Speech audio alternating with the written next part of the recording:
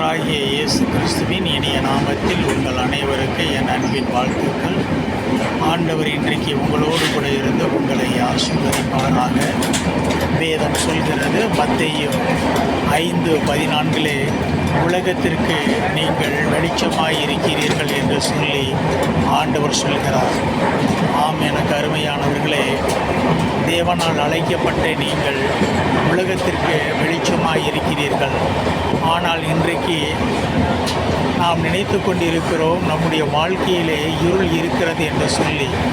இது சாத்தானுடைய தந்திரம். நாம் என்றைக்கு தேவனுடைய பிள்ளைகளாக மாற்றப்பட்டு இருளில் இருந்து வெளிச்சத்திற்கு நாம் அழைக்கப்பட்டோமோ அப்பொழுதே கர்த்தராகிய தேவனுடைய வெளிச்சம் நம்மேல் வந்திருக்கிறது. நம்முடைய வாழ்க்கையும் வெளிச்சமாய் மாற்றப்பட்டு இருக்கிறது. ஆகையினால தான் ஆண்டவர் சொல்கிறார், நீங்கள் வெளிச்சத்தின் பிள்ளைகள். ஆகையினாலே இன்றைக்கு பிசாசானவன் சொல்கிற எல்லா உபாய தந்திரங்களுக்கு விலக்கி கர்த்தர் நமக்கு நியமித்திருக்கிற அந்த வெளிச்சத்தின் பிள்ளைகளாக நாம் வெளிச்சத்தின் பிள்ளைகளாக மாத்திரமல்ல, அநேகருக்கும் உலகத்திற்கும் வெளிச்சத்தை கொடுக்கிறவர்களாக இருக்கிறோம். ஆகையினாலே இன்றைக்கு எதை குறித்தும் நீங்கள் கலங்கி தவிக்க வேண்டாம். தேவன் இன்றைக்கு உங்களை வெளிச்சத்தின் பிள்ளைகளாக மாற்றியிருக்கிறார். கர்த்தர் உங்களை அழைத்த நோக்கத்திலே நிச்சயமாக வழிநடத்துவார்.